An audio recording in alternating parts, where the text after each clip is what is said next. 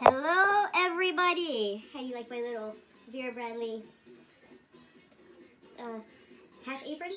Anyways, yes, this was given to me by my lovely DON from the Endosurgery Center of East Brunswick. Thank you, Carol. Okay, so what I'm making is my all-time hit chicken, brown sugar, chili powder, bacon wrap goodness. How to shorten that? I'm not sure. So I'm speeding up this video, so I'm going to sound like a 12-year-old doing this, just so that I don't torture you guys with like 20 minutes of video. I kind of crunch it to 8 minutes. So, or maybe a little more. So I didn't want to torture you with all the legwork, so I pre-cut the chicken in about 1-inch cubes. I did mine a little bit bigger. You can always cut them smaller if you have bacon left over. This is, I think this is more than a pound. What you do, whether it's a pound or whatever, you cut them in thirds, okay? And first things first, I'm going to Mosom Kezemet, which is Hungarian for wash my hands. Before I touch anything, wait, I'll do the jiggle while I wash my hands. Okay, there we go. Where's my, paper towels. And I'm back.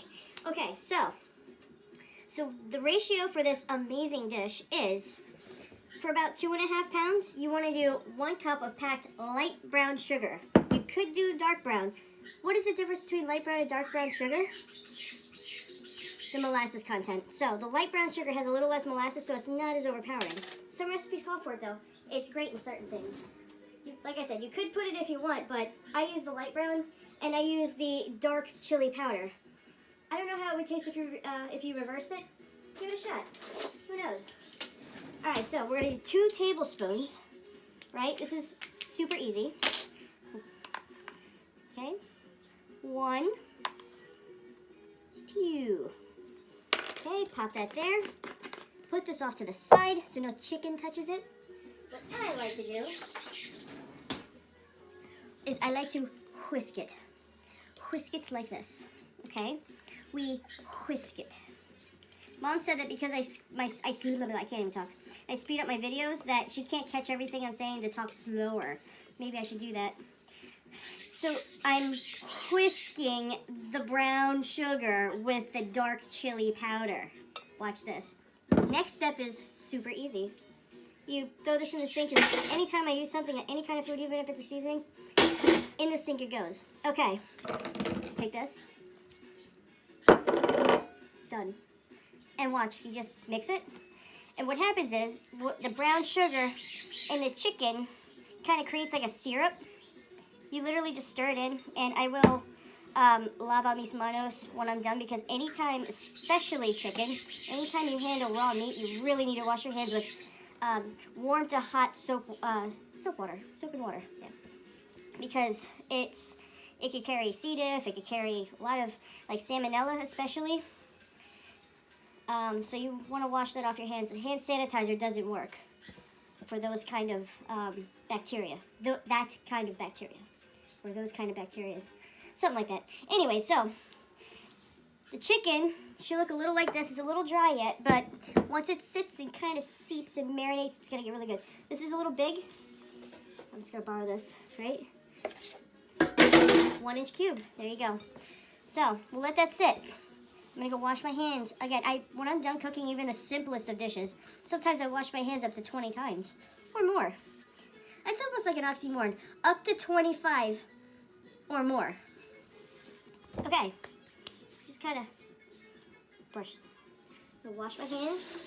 I don't have a handsome cameraman, so I'm going to be on and off the screen. No one's going to follow me. Okay, soap.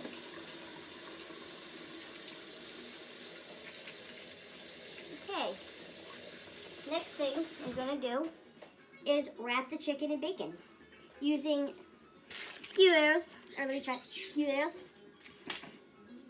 Excuse me, okay? Sink. Dry my hands. Paper towels. I have like many different accents all rolled into one. By my DNA test, I'm many different cultures all rolled into one. Makes sense. So what I'll do is I'm going to pour a generous handful, because I'm going to be handling raw meat. Again, cross-contamination. No. So put it on a plate. It's kind of a summery dish. So kind of like a generous amount. If I need more, When I'm done, I will Moshome Kezemit my hands again. I think I just said my hands in 2 different languages. Alright, so see how it's kind of syrupy now? Alright, and when I'm done wrapping it, what I do is, I'm going to use crushed pineapples this time. Check this out. Every once in a while, I will show you a life hack in the kitchen. Here's one. Instead of going this way, which is very dangerous, this way. Right? Squeeze. Alright, if I can just get this thing to listen to me. Okay, so, with all due respect, this is kind of a crappy, I've had this for like 10 years. I think it's finally like done. It's like, you know what? It's been good working with you, Kristen, but I think I'm going to crap out now. Alright, so you know what? Forget the life hack. I'm going to do it this way because it's the only thing that seems to work right now. I'll try one more time. I'm just stubborn. Nope, okay. But if you have a regular can opener and a good one of these, oh, it really did crap out. Oh, goodness. Alright, well, I'm not going to worry about this. Oh, wait. Okay, here it goes. Okay, I'm not going to worry about that right now. So, we'll start wrapping this. As bacon gets a little warm, it kind of stretches a little bit. So you get a nice one with a handsome amount of goodness. It's delicious goodness. I won't be able to put that on there yet because I didn't lay the pineapples down to sort of soak up the delicious flavor. I'm going to do 2 to 1 skewer. So A, you know, it's a little economical. B, I don't know if I actually have enough for all of this. And C, it kind of, you know, it's like a little buddy system. See? 2 on 1. You don't have to. I do. And that's it. I'm going to speed up this video so that, you know, I don't torture you guys making this one by one and making you sit through it. How do I turn this off? Siri, turn off my camera.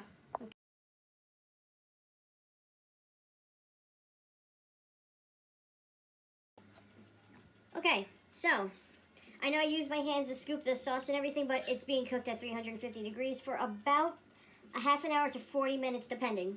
You want it crispy, but not overcooked. Can't even talk. They are thicker pieces of chicken, so I would suggest 30 minutes to start. If you do use half the size, for example, a half an inch, and it's on 1 skewer per one, and they're spread out, you could probably get away with 30 minutes and under, like 20 to 30 minutes, depending on how big your tray is. This is a thicker metal with a drain basin underneath, so this is going to absorb more heat. Plus, thicker pieces, I used the extra bacon and just laid a little bit over top, drizzled some of the syrup on it. It's going to take a little bit, so I'll check it in 30 minutes, and I will show you how to know it's done once it's done. I'm going to stick this in the oven now. Alright, so put this in the middle to top shelf.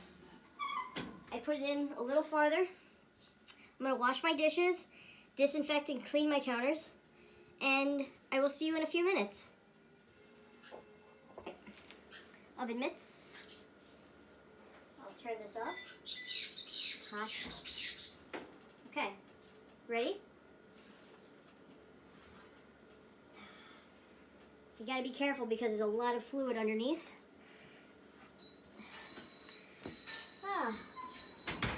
If only there's smell-o-vision, I'd waft it over to you. It smells so good. My coworkers have tried it. They have all loved it simultaneously. Everybody at my church loved it. I always cook for my church, by the way. If you want to try my cooking on a regular basis, maybe you should show up and pay a visit. Maybe you should show up. That sounded rude. That's not how I meant it. Yeah, so I always cook for them, and I do simple recipes. I mean, this took me...